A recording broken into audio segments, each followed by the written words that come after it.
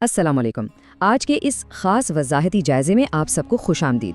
آج ہم تاریخ کی ایک ایسی زبردست کشمکش پر بات کرنے والے ہیں جو دنیا کے سب سے بڑے ظالم بادشاہ اور اللہ کے ایک نہایت طاقتور نبی کے درمیان پیش آئی۔ میرا مطلب ہے یہ محض کوئی پرانی کہانی نہیں ہے، بلکہ صبر، ہمت اور کامل یقین کی ایک ایسی زندہ مثال ہے جو آج بھی ہمیں حیران کر دیتی ہے۔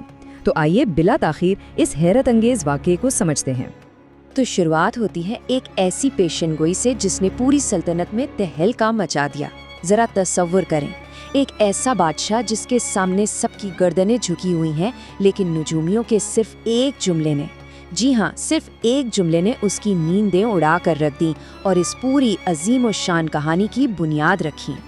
یہاں سے ہمارا پہلا حصہ شروع ہوتا ہے، فرعون کا بے پناہ غرور اور اس کا ظلم۔ بس نام ہی کافی تھا اس دور میں۔ اب ذرا یہاں طاقت کا یہ زبردست عدم توازن دیکھیے۔ ایک طرف فرعون ہے جو غرور میں خود کو خدا کہلواتا ہے، جس کے پاس فوج اور بے تحاشا طاقت ہے، اور دوسری طرف ہے بنی اسرائیل جو مکمل طور پر بے بس اور غلام ہیں، مطلب وہ ظلم کی چکی میں پس رہے ہیں۔ یہ بالکل واضح کرتا ہے کہ اس شدید تاریکی میں صرف اور صرف ایک الہی مداخلت ہی ان کی آخری امید بچی تھی۔ چلے اب بڑھتے ہیں دوسرے حصے کی جانب، یعنی دریا سے محل تک کا سفر، ایک کمال کی الہی حکمت عملی۔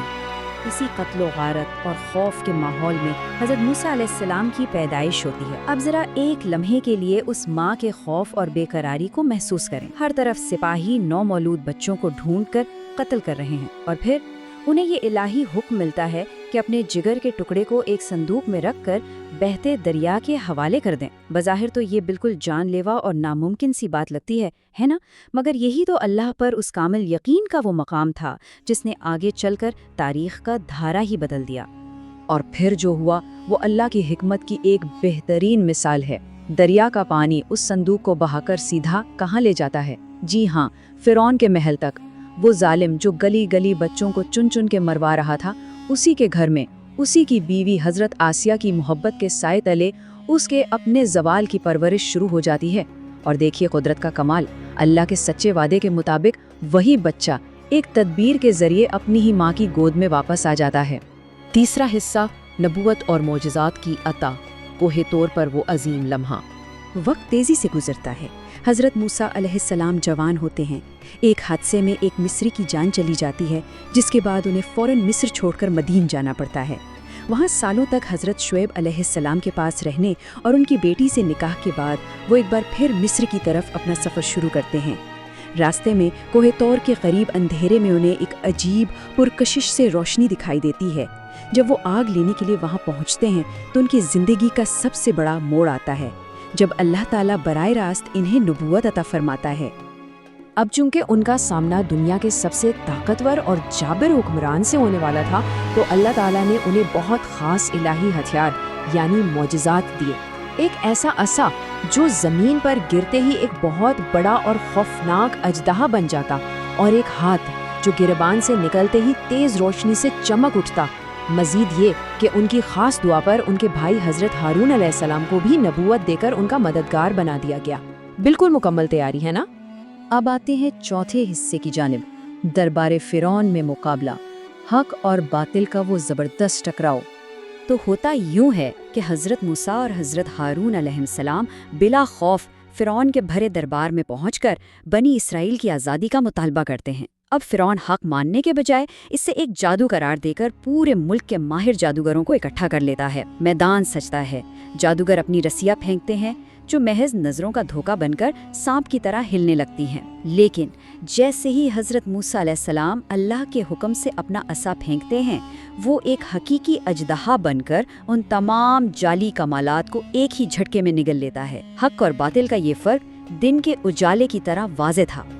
یہاں ایک بہت کمال کی بات دیکھیے کہ حق دلوں پر کیسے اثر کرتا ہے۔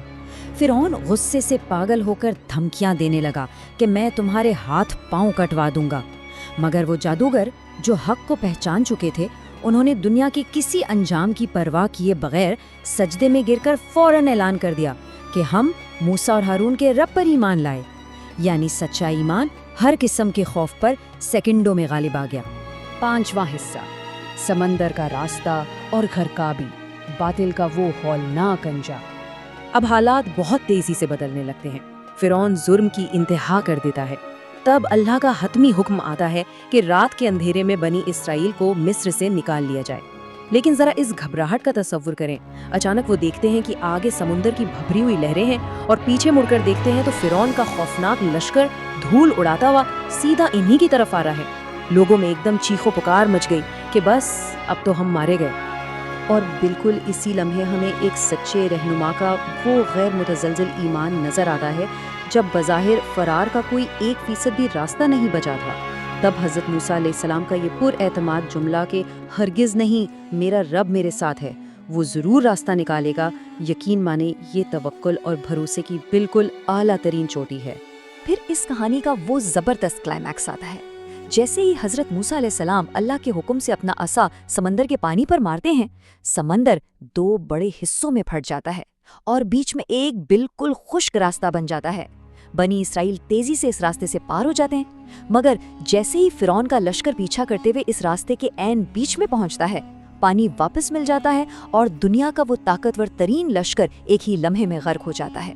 جب پانی فرعون کو ڈبونے لگا تو اس نے آخری ہچکی لیتے ہوئے پکارا کہ وہ ایمان لاتا ہے، لیکن اب بہت دیر ہو چکی تھی۔ اللہ تعالیٰ نے اس کی توبہ رد کر دی، البتہ اس کے جسم کو رہتی دنیا کے لیے محفوظ کر دیا تاکہ آج بھی اسے دیکھ کر لوگ جان سکیں کہ غرور اور تکبر کا آخرکار کیسا بھیانک انجام ہوتا ہے۔